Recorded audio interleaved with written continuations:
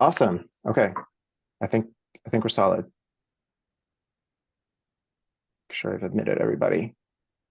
Okay, let's start this. My name is Jay Franklin. Thank you all for being here for the Family Move-In meeting for fall 2024. Associate Director, New Student Family Programs.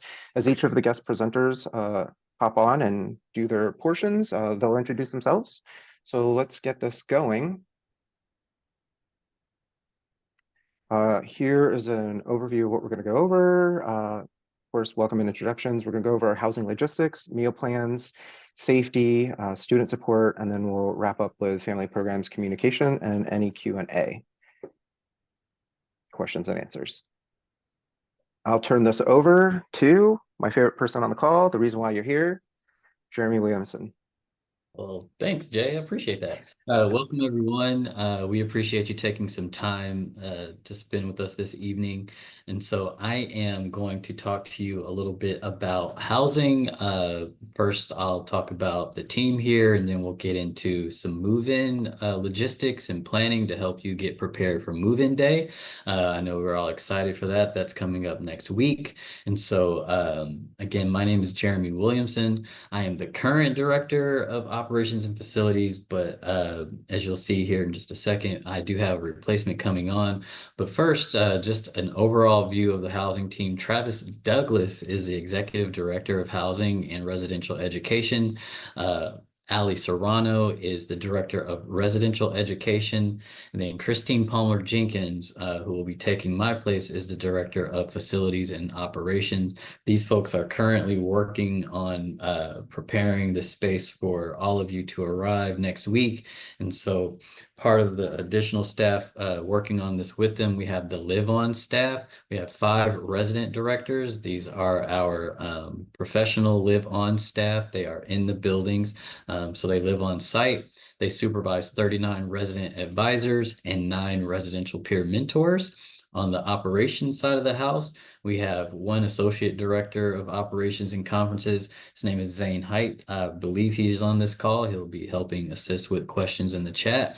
We also have 2 assistant directors. One of those is Tanya Snedden, who I believe is also on the chat here. And then we have 2 accounts coordinators. They handle the students' accounts. And then we have 3 licensing office coordinators and 7 maintenance staff.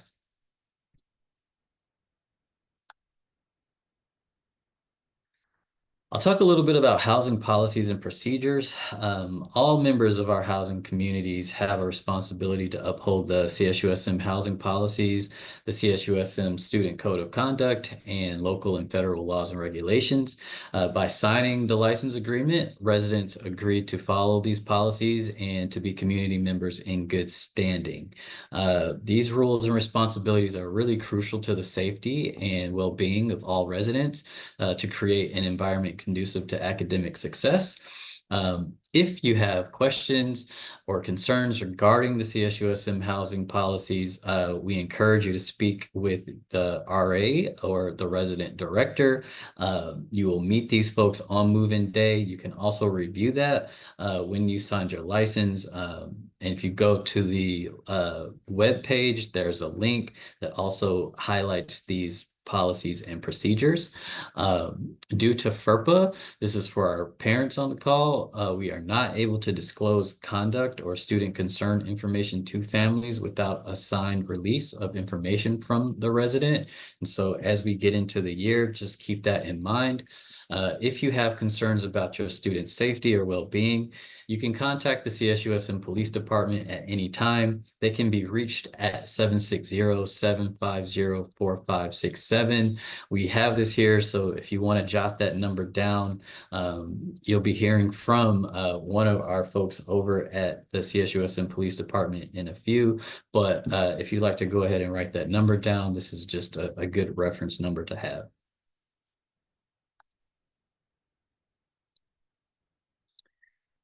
Recommended immunizations. Congregate housing settings are a higher risk environment for meningococcal disease. And so vaccination with meningococcal conjugate is highly recommended by the CDC for residents 21 and under. if you're not sure about the requirements for vaccinations, please definitely take a look and scan this QR code. You don't need to turn that into the housing department. If you've already done this through our health services center, then you are likely in good standing. But if you're not sure, go ahead and scan that QR code there, and it will give you directives around what is required and how to submit that.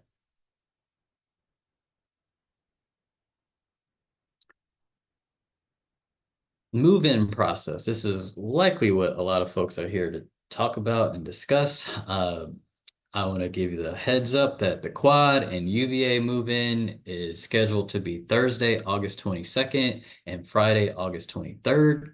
North Commons and Block C move-in day is Friday, August 23rd. Unless you already were given an earlier move-in date due to special accommodations, these are the dates that you are scheduled to be moving in.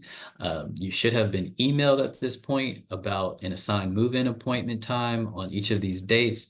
We ask that you please, please, please arrive during the scheduled time frame. The way that we have set up our move-in really is based around the logistics and the time that we scheduled you. So please don't show up extra early. It's okay if you come in later, but please don't come in outside of your time if you can help that. Each resident will be allowed to bring assistants, and so friend, parent, guardian, or sibling to help unload and get settled.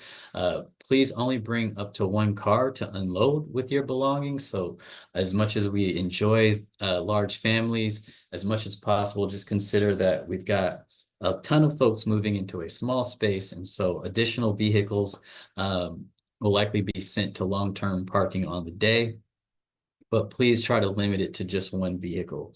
After unloading, vehicles can park in parking structure 1 or in parking structure 2 on levels 3 and higher. I'll talk a little bit more about that as we go through this slideshow. If I have the person driving on this call, or if you are going to share this information with the driver, or if you are the front seat navigator, please take a look below and see that the arrival lots that we've posted here for your site are going to be the best address to put into your GPS to get you where you need to go as you arrive onto campus. So for the quad, that's parking lot Z. For UVA, that's parking lot N. For North Commons, that will be parking structure 2. And for Block C, for temporary and overnight parking, you'll do parking structure 2, but for overnight at Block C, you'll do parking structure 1. These are just the addresses that you need to put into your navigation to arrive to the correct place on the day.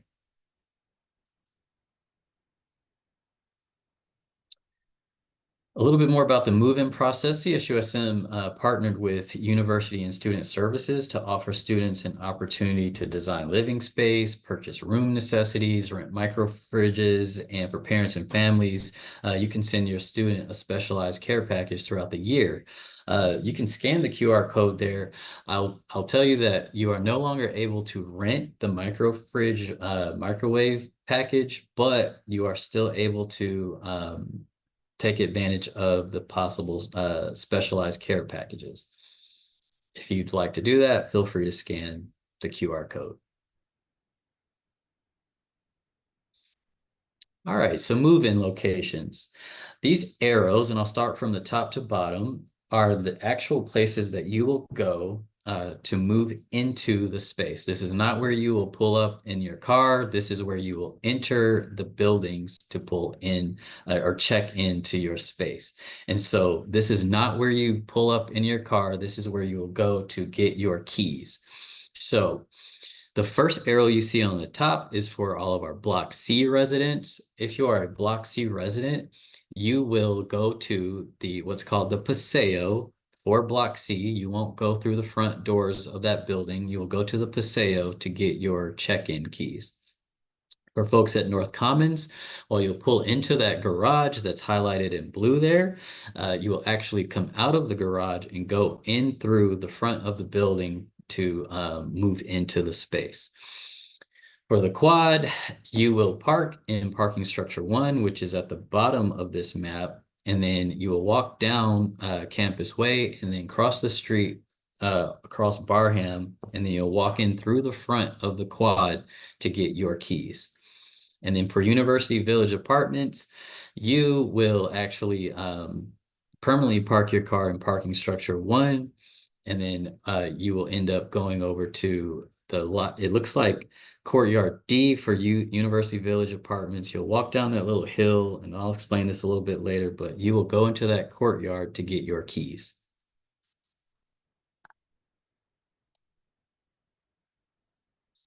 All right, so first I'll talk about UVA folks. So if you are moving into University Villages, this is for you. Your first step as you pull in, if you put that address into your navigation that I shared earlier, you are going to pull into Lot N, where you see that car. There's a flag there in the middle of this map. You're going to first pull in there, and that is where you will be queued up.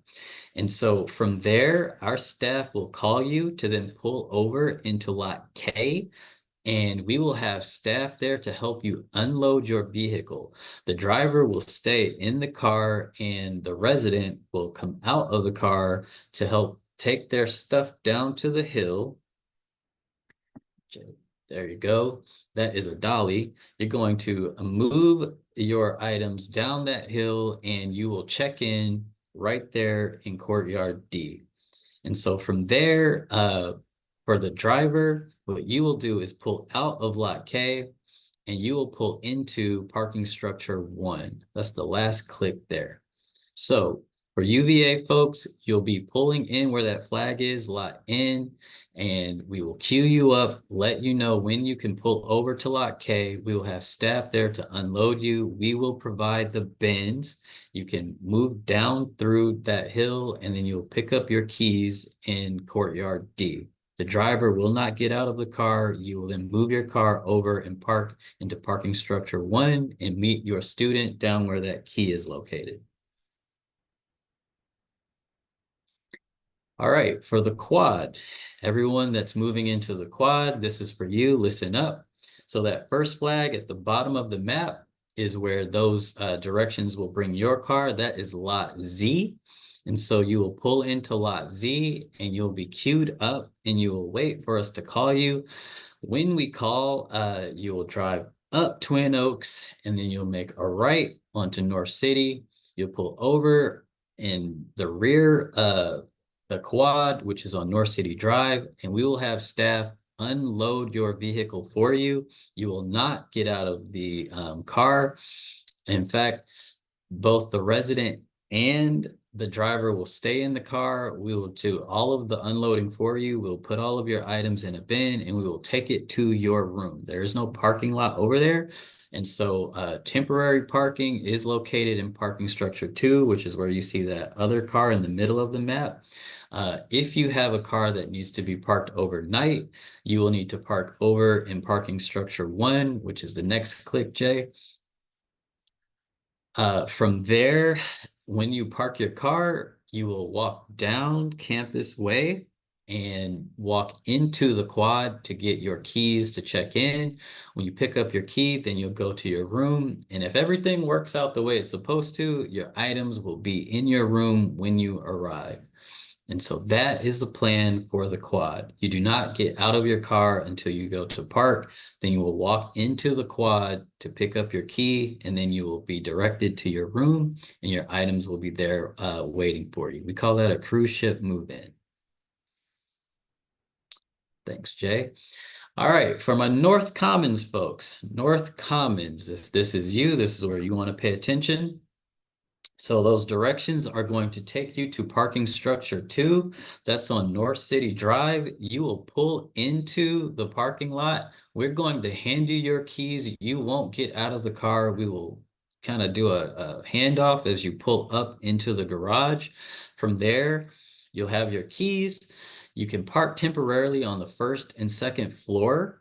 That's where you'll be able to get out of the car, check out a move-in bin, take your key, unload the stuff from your car, and then walk around to the front of North Commons. That's the next click. And that is how you will enter the building, and then you would go to your room from there. There is no permanent parking, overnight parking, excuse me, in parking structure 2. And so you'll need to move your vehicle and park, if you need to park overnight, in parking structure 1, which is at the bottom of the map.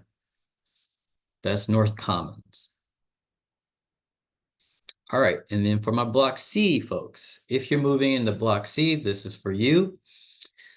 We put in the directions for parking structure 2. You will pass parking structure 2, but you'll continue down North City Drive. We'll have some staff out there to kind of help direct you. You'll end up turning through the roundabout onto Campus Way, and you'll see a flag there at that Paseo, like I mentioned earlier. What you'll continue to do is drive into the parking garage behind Block C. You can park there for up to 90 minutes. You'll park your car, you will get out, you'll come to the Paseo, check in and get your key there. Then you'll also, you can check out a move out bin or move in bin, excuse me, and then you'll walk back to your car and unload your vehicle. You'll have up to 90 minutes to unload. You can then move into your space, and then you'll need to move your car over to parking structure 2 temporarily if you don't need overnight parking. If you need overnight parking, then you'll move to parking structure 1. I think those will be the next 2 clicks, Jay. Yep. All right, so that is the process for each move-in site. Again, we ask that you move in during the time that we send you, because this will help minimize traffic and confusion around your move-in days. Luckily for you, this is recorded, and so you can check out those details and replay this if you need to. Move-in weekend, just some notes. So all residents will be attending a mandatory floor meeting with their resident advisor and resident director the evening of move-in, both Thursday and Friday. Your assigned time will be shared on move-in day, and so the resident advisors will be on the floors to welcome you, and they will make sure that you get that information. On Saturday from 8:30 to midnight, residents will come to our night of CSUSM campus spirit and traditions to kick off the new academic year. Your RA will also be in touch with you to walk you up, so you don't have to try to figure that out. On Sunday from 11 to 1, you can join your resident assistant for CSUSM's official welcome event. RAs will be meeting residents and walking up on Sunday at 4 p.m. For UVA and North Commons, and then at 6 p.m. for the quad folks. Residents will hear from Campus Speak on bystander intervention and sexual violence prevention. This is a mandatory event for all residents. Your RA will meet you up and walk you up for that onto campus. And then we'll have additional move-in weekend programming hosted by housing throughout the weekend. So please stay tuned for those details.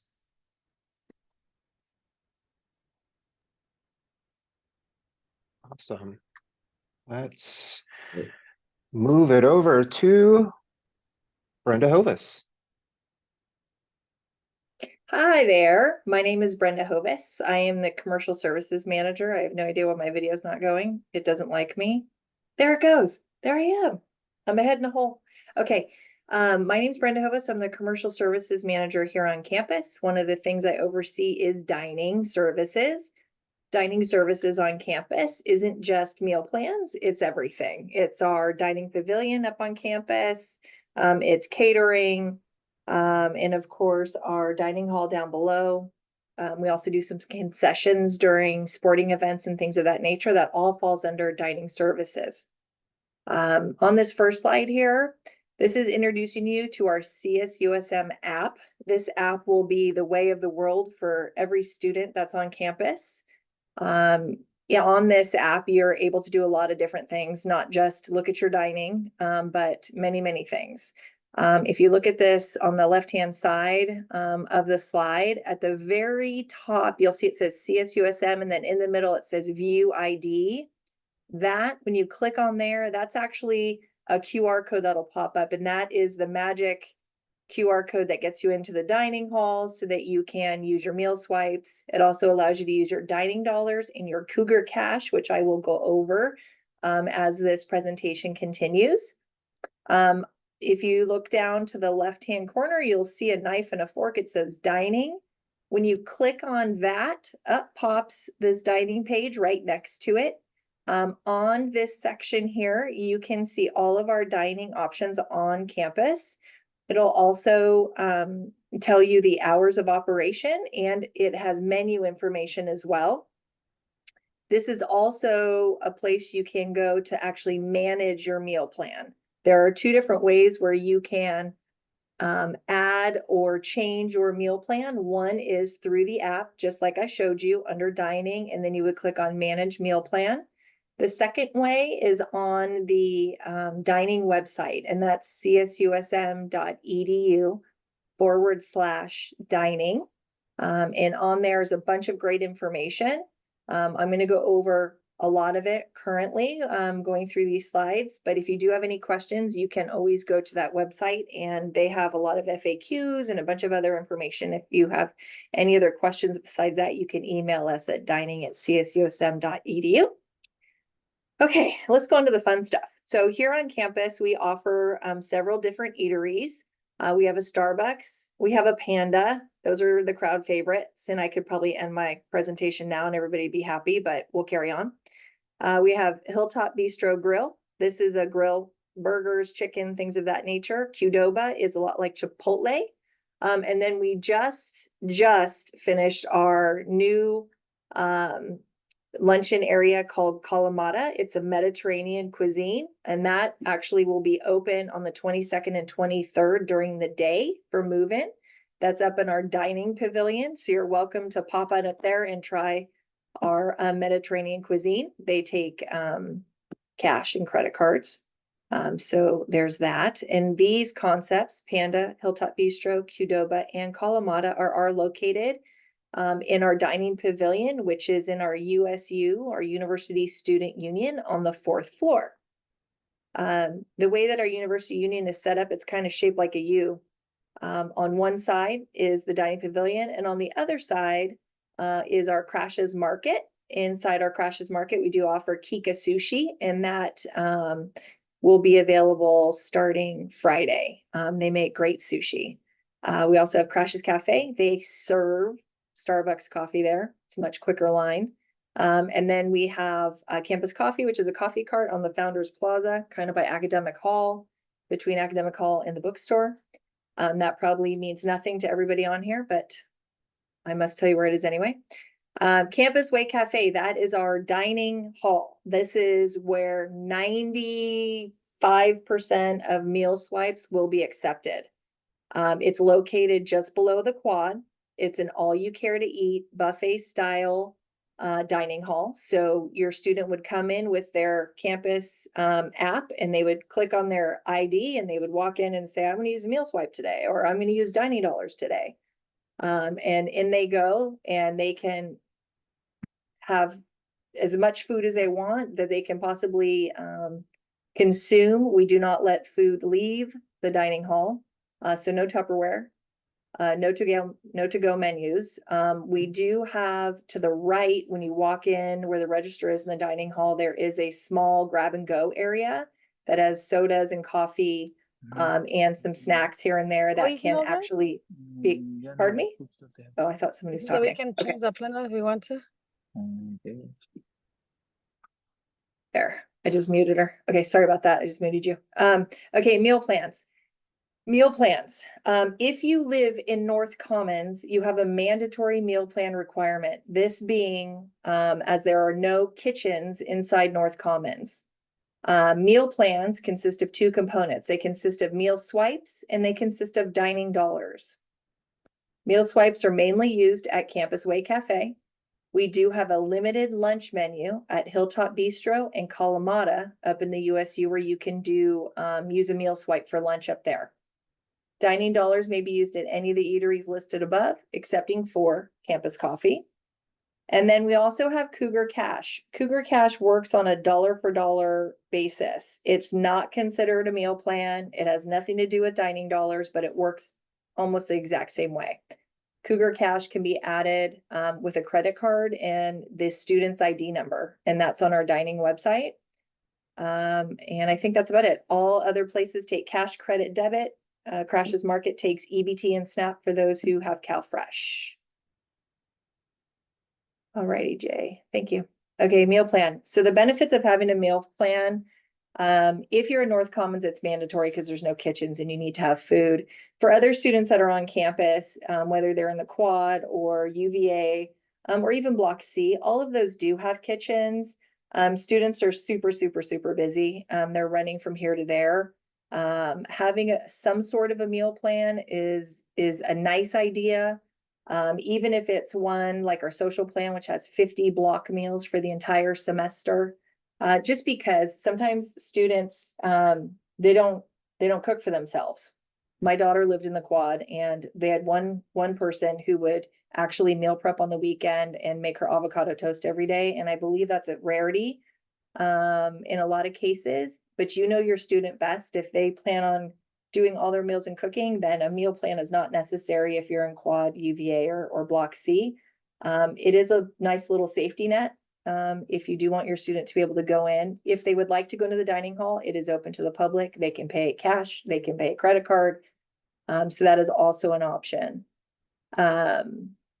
If you do purchase a meal plan, there is a discount per meal price, which makes it nice. If you were in North Commons and you had one of the mandatory plans, which you can also have in any of the other locations, you can pick those meal plans.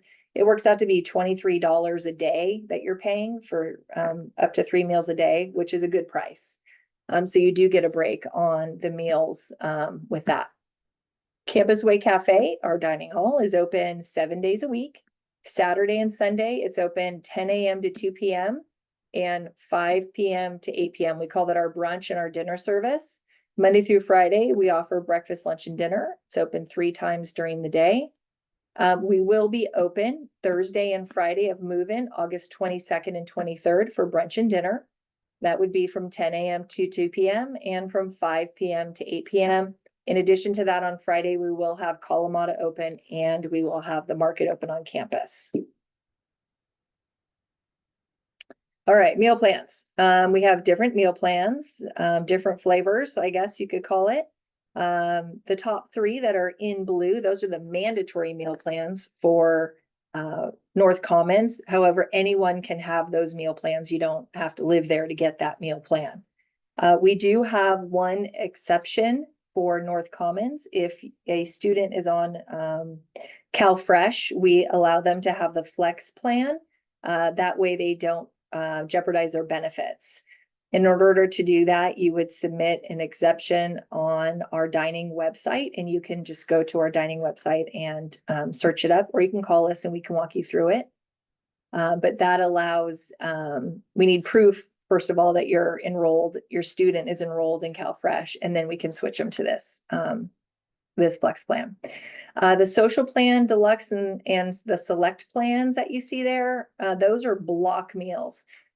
The difference between a meal per week and a block meal is this. For the meals per week, every Sunday morning, you're going to start with, if you have the Cougar Blue plan, 19 meals per week. So if you use all 19, you get 19 more on Sunday morning. If you use 10, you still have 19 on Sunday. None of those weekly meals roll over. You just always start with whatever plan you choose, 12, 15, or 19 meals per week. And that's how that rolls. Every Sunday you start with 19. To give you an example of how often you would eat at the dining hall, the Cougar Blue plan has 19 meals per week. That means you're eating every single meal available to you during open hours at the dining hall. That's a lot of eating in the dining hall. I don't recommend the Cougar Blue plan. It's right for some people. It'd be good after supper. However, That's all I forgot to buy one and I seen it over there. However, the 2-go-up plan is probably our most common plan that gives you 2 meals a day. for 7 days during the week, plus $400 dining dollars. Those dining dollars can be used on campus at anywhere but campus coffee. And then of course our PAW plan is a close second with $625 dining dollars. At the end of the semester, at the end of the fall semester, the remaining dining dollars will roll over to the student's account for the spring semester. For the block meals, it's like a declining balance, right? You start with 50 blocks, 50 block meals. So you have 50 meals in your account. And so every time you go use a swipe, it goes down 49, 48, 47, 46. And that's for a semester. 50 blocks works out to be 2.3 meals a week, if you were to break it out over the length of the semester. This has $450 dining dollars. And that can be used as with the other ones all over campus, with the exception of campus coffee. If your student chooses to get the social plan, which is a 50 block meal plan, and they run out, you can do an add-on and you can get another one, which is nice. Okay, so hopefully I explained how those meal plans work for you. There's some definitions here: meals per week, every Sunday morning, meal quantity refreshes to 9, 12, 15, or 19. Block meals decline with each use. And of course, dining dollars amounts are listed per semester. For the social deluxe and select plans, both the block meal and the dining dollars will roll over till spring. Okay, here's some important information. So payment plans. We do have a meal plan payment plan. The first payment would be due August 20th, which is coming up, and then September 11th, October 11th, and November 11th. You have to sign up for this meal plan payment plan. You do that in the My CSUSM app. You go in, it's up in the upper left-hand side, and you'll see where it says meal plan payment plan, and you can sign up. August 9th is the last day that we wanted people to add meal plans. I know that there's still some shuffling. In fact, I'm in the process of adding some new North Commons residents meal plans into the system for them. We had this August 9th because we would like financial aid when it drops to have your meal plan in the system so that it could be covered with your financial aid. Let's see here. September 9th is the last day for fall semester full prorated refund. Meaning, as school starts, if you realize 2 weeks in that you're not using your meal plan, then you can request to have it canceled, with the exception of people who live in North Commons. That can't happen. But for everywhere else, if you decide you don't want your meal plan, then we'll give you a prorated refund based on that date. And that's the last day to make changes to your meal plan. With the exception of if you want to move up in a plan. So let's say you had the select smallest plan we had and you realize, ooh, man, he killed that in the first 5 days, and you want to move up to another plan, you're welcome to do that at any time. Meal plans will be available on the 22nd, which is brunch and dinner. We discussed that earlier. If you have any questions about finances, you're going to want to reach out to Student Financial Services. That is their phone number and their email address. Contact CSUSM Dining if a student withdraws or leaves. You never want a student to have to leave, but sometimes it happens. Please make sure when you are leaving the school and you're canceling your housing that you actually shoot us an email to cancel your meal plan. Many times students will leave, they'll say nothing, and we don't know that they've left. And so at the end of the semester, you have a bill, or at the end of the school year, you have a $5,200 bill for, say, living in North Commons. And so we want students to be proactive and make sure that they remove themselves from all areas of the school. See, the app has updated hours and operations and links to menus. And then the meal plans end on May 16th. That's the last day for brunch and dinner on campus for spring semester. All right, Jay. Thank you so much, Brenda, our commercial services manager. Let's get on the next. You're not done. Okay. All right. How to select a meal plan. This is using the app. I briefly spoke about it before. You would click on the CSUSM app, not My CSUSM. my CSUSM refers to the financing of items for your student. That's where you pay your bills and you do all this and their schedule is. This is the app on the phone. You're going to go to this app and you're going to go to manage your campus meal plan and you can add it through there. Another thing we do is we have an opt-in channel where it says follow dining's opt-in channel. You click on there and we push things out like, okay, it's time to pick your spring meal plan because this is only for a semester. We have free food in the dining room for whatever, or we have free food somewhere else. Come get it, right? We had a catering event that went over and we have tons of food. Please come get food. If we have any specialty events, we'll send them through there. So it's nice to have that opt-in channel. You can also go into the csusm.edu/dining website to pick your meal plan as well. If you have any other questions, feel free to email us at dining@csusm.edu. And that QR code will take you there too. So, all right. I think this officially was your last slide. So yeah, that's it. I'm done. A lot of information. All right, let's turn this over to our zero waste and sustainability specialist, Marissa. Hi. Yes, thank you, Jay. My name is Marissa Costa. I'm the Zero Waste and Sustainability Specialist here on campus. CSUSM has multiple sustainability goals, including reaching zero waste by 2025. So to help us get there and to hopefully save some money, please keep the following in mind. So reach out to your roommates to reduce over purchasing, reduce usable materials from going to the landfill. Make sure you're recycling your move-in boxes. There will be like landfill and recycling bins available. So please make sure you are actually sorting your waste. Reduce overall waste on campus. To help us reach our goal, there are also composting bins available across campus, so please be sure to sort it.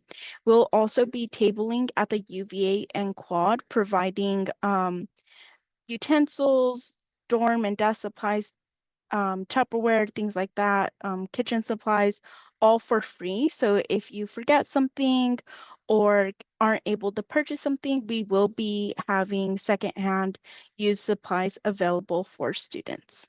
So thank you.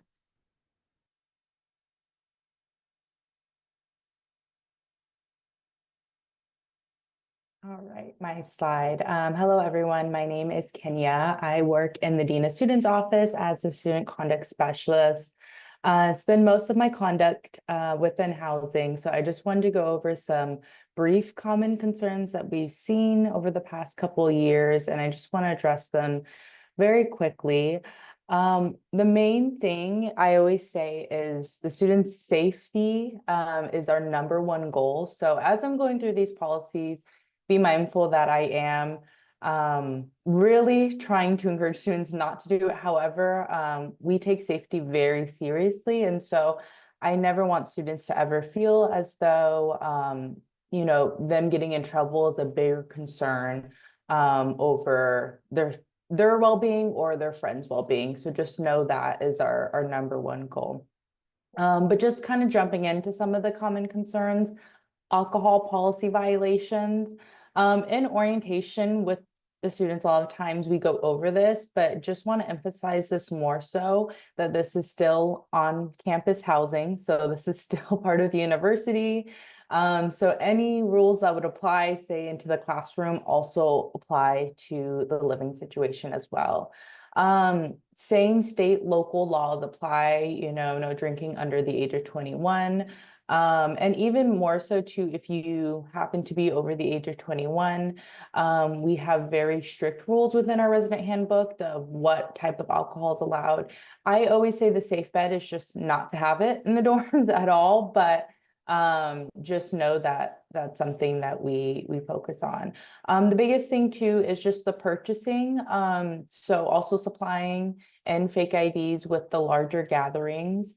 That is, again, one of our #1 policy violations. A lot of times our RAs will come in as what starts as a noise complaint, and then we find the rest. So there's levels of responsibility, not to, you know, kind of put this, I guess, down mood, but know that there are consequences as well, including losing your housing and or losing housing for next year, so being housing ineligible. To also add to that, we have a pretty big wait list. So I sometimes will tell students that, you know, there's plenty of people who are willing to follow the rules. And so know that that is always at risk when we are going through some of those things. Another thing, a big one is drug policy. So vaping, we are a smoke, tobacco, and vape-free campus. So no vape pens, no lighters, no edibles, no marijuana or anything is allowed. We are also federally funded, so it's just not allowed on campus at all. So even though California law may say different, again, we have a zero tolerance for that on our campus. Also just be mindful of guest policies on campus. So again, that's something that you definitely want to review in the resident handbook. I'm sure your RAs or RDs would be more than happy to go over that. Roommate conflicts doesn't really, hopefully a lot of times we don't have to step in. However, know that we always are here as support. Immediately, my first thing is to connect with your RA. As I tell students, if you are having those conflicts, maybe it's something that needs to be addressed in the roommate agreement. But just know that we're also here to kind of mediate those conversations. Another big thing too is we do have rules and policies within housing. Failure to comply with those would result in a meeting with the Dean of Students office. So I know things happen, mistakes happen, just we ask that you follow the process just to prevent from further discipline or action taken by our office.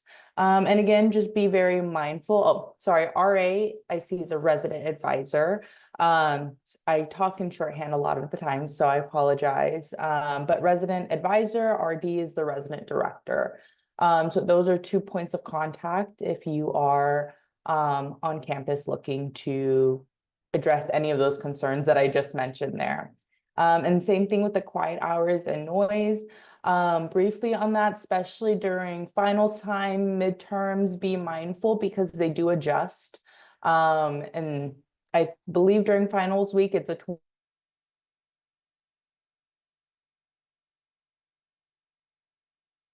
and just be mindful of those and always connect with your resident advisor.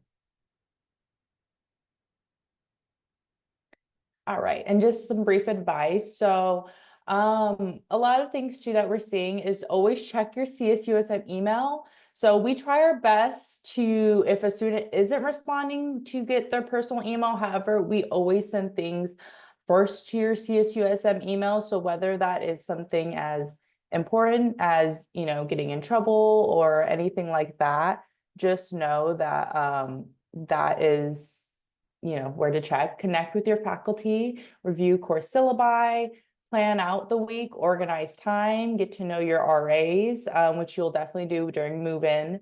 Review the license agreement and housing policy details, complete the roommate contract. Again, big essential part. Follow CSU's social media. I will say specifically Cougar Care Network social media is pretty good as well. Attend class, seek out for help before it's too late. We are all here to help you, whether that's your resident advisors, peer mentors, or resident directors, and attend events. Do not isolate. This is your opportunity to go ahead and check in. And try not to go home for the first 2 weeks as well. This is your first time to kind of experience college life, so try to do that. Awesome. Thank you, Kenya, our student conduct specialist. Let's turn this over to Corporal Leo from our Hi, University everyone. Police Welcome. Department. Congratulations again. So we'd like to do a quick brief overview of the police department. We are available 24 hours a day, 365, 7 days a week, the whole thing. We always have at least 2 officers here on campus, and we also have a full functioning dispatch center. That's going to be ran and always staffed by a dispatcher. So in the event we ever get a 911 call on our campus, it'll go directly to our dispatcher, and then our dispatcher will notify the police officers. Obviously, our patrolling areas is the campus. That's our main priority. We also like to patrol 1 mile outside of the campus as well, especially known areas that we know that our students like to visit, go out to eat, shop at. We like to patrol that area, especially at night as well. Common crimes on campus, our big hit here on campus is theft. That's why we always encourage students to not leave items out in the open, especially in the vehicles. Make sure they're secured in the trunk or at least covered. Oh, sorry about that, it's my radio. But yeah, we would like to give that advice to students coming on board, and even the campus community, staff and professors as well. We do have a pretty neat and interesting emergency notification system. It's kind of state of the art. In the event of an emergency on campus, everybody that's enrolled, students are automatically enrolled, will get notified via text message, email, phone call. If they're on a campus computer, a banner will pop up. If parents, family, or friends do want to sign up, just go to the emergency notification website. You can reach it by the CSUSM website. I think it takes about 3-4 minutes to sign up, and then you'll be enrolled to get notifications. Next slide, please, Jay. We do offer community service officer positions. That's going to be our CSOs. They are student workers. If your student is looking for a part-time job here on campus, we always do hire. They don't necessarily need to want to be looking for a career in law enforcement. It's a good job. We work with their schedule. We give them priority registration. It is a paid position. So definitely, if they're interested, have them go to our police website, and then there's a link there for a CSO application. We offer safety escorts to anyone who doesn't feel comfortable, safe, for whatever reason, walking to their class or from their class to their car or dorm room. Please just give us a call. I encourage a student to give us a call, and we'll have either a CSO or a police officer meet with them, give them a ride, or walk with them, kind of the strength in numbers. And we'll have some numbers up for you at the end. And also we investigate all traffic accidents. So in the event, if your student is involved in a traffic accident, please have them call us. We get calls all the time, and as you can imagine, 17, 18-year-olds really don't know what to do in the event of a traffic accident. So please encourage them to give us a call, and we can walk them through it. Next slide, please, Jay. And here are the numbers I was talking about. Our non-emergency numbers at 760-750-4567. For whatever reason, if you have a question for the police department, or your student would like that safety escort, that is the number to call. Again, if you dial 911, it'll go directly to our dispatch, and we'll get dispatched to a call. If there's any questions, please put them in the chat, or you can reach out to me. Thank you again, and welcome.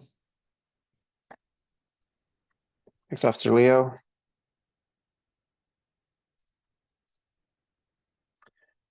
We've got Belinda on the call, Director of Parking and Commuter Services.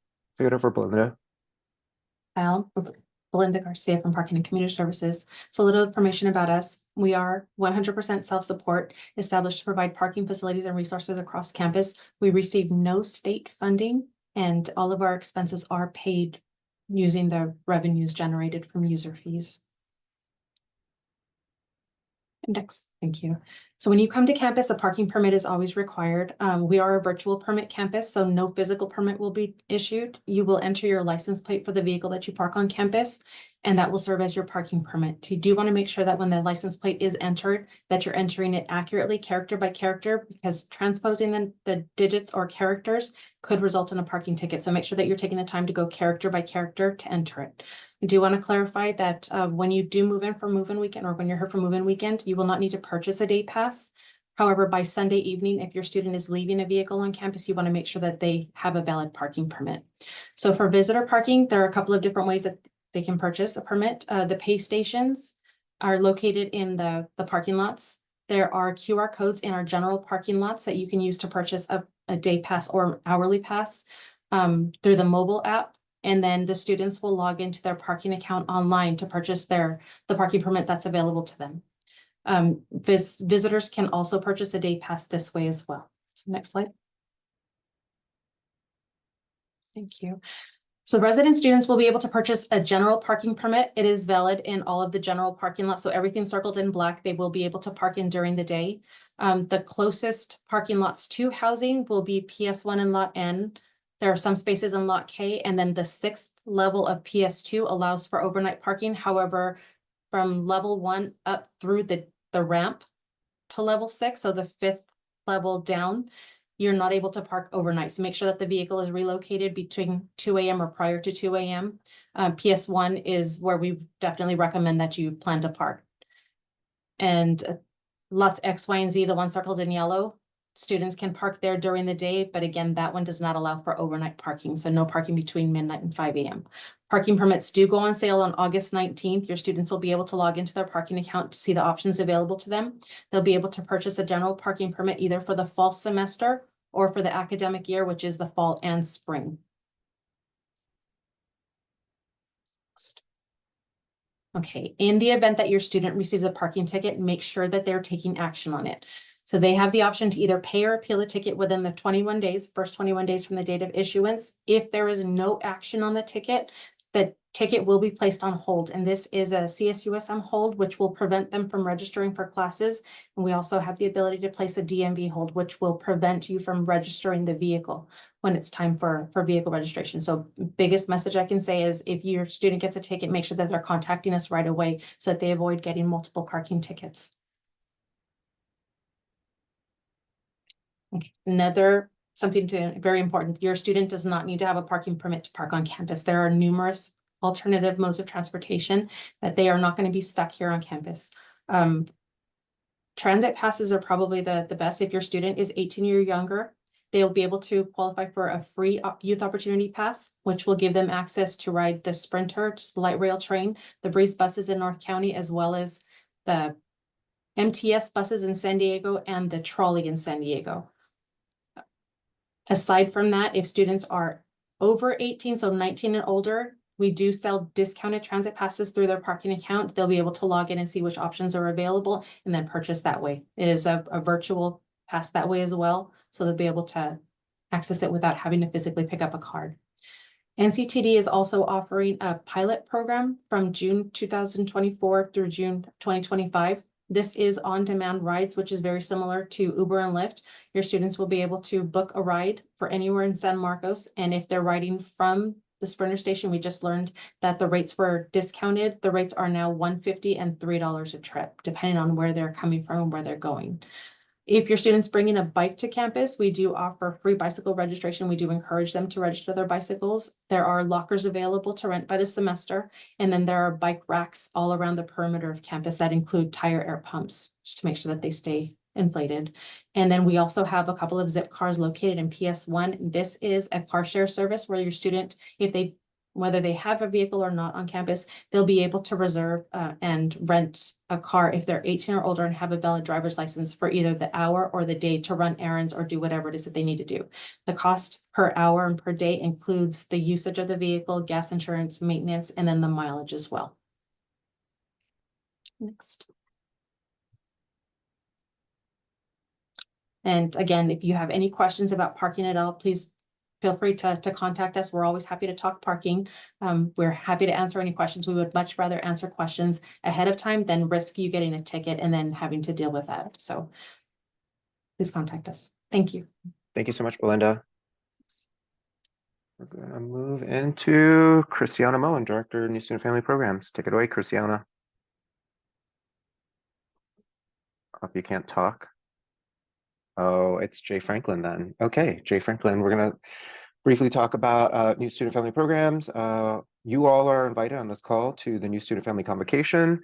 The QR code right there will take you directly to your ability to register. It's an opportunity for you to challenge your student and we'll give you a challenge coin. There's going to be 2 sessions, so just be mindful and check with your student. They were specifically emailed which session to attend. One's at 9 a.m., the other one's at 12 noon. After that, at 1 p.m., it will go into community welcomes. So from our student life centers, if you're interested in that, you can certainly sign up. We're definitely all about trying to make sure we're staying in contact with you. By all means, the second Wednesday of every month is our family webinar series on Zoom. Family Weekend is your next opportunity after Family Convocation, the last weekend of October. Sign up for our newsletter and visit our website. Just know that your students have lots of things to do in the opening weeks of Cal State San Marcos Fall Term. We call it the Weeks of Welcome. The first event will be Friday, August 23rd from 8 to 11 p.m., which is called MIU. MIU stands for welcome or hello. I keep forgetting it in Luiseño. And then we have a dive-in movie that closes that out. Kenya, do you want to talk about Cougar Care Network? Yes, I can. Just briefly, Cougar Care Network. So I know you probably heard a lot of information today. It's very overwhelming. There's a lot of more questions. Just know that we are here to help with any problem, big or small, personal, academic, financial, even something as simple as I'm walking from the quad. I don't know where Mark's scene is, and you can get us on the phone and we can help you with that. So especially I know within housing too, we can always have someone come in and check in on a student. So if that's something that you may feel like, hey, I haven't heard from my student, it's, you know, a little bit not normal or not like them, we can always send an RA or one of our Cougar Care Network people to check in and just make sure they're doing well. But yeah, if you're homesick, anxious, overwhelmed, and again, even just academic problems, we can help with it all. We're the first stop shop. Thanks, Kenya. Mhm. Just like all places on campus, we also leverage social media. So if you want to check us out, please make sure you take note of our CSUSM Housing and CSUSM New Student Family Program handles and follow us because we're always posting information. Here's our housing and residential education contact information, New Student and Family Programs contact information, as well as the Dean of Students. Let me unmute you, have the ability. Thank you, presenters, for being on the call. I just want to be mindful that we were here for an hour session, so we're going to open up for Q&A. I'm going to stop the recording. You now have the ability to unmute yourself, ask a question, but before you do that, please be sure to raise your hand so we can see who to call upon. Thank you all for being here.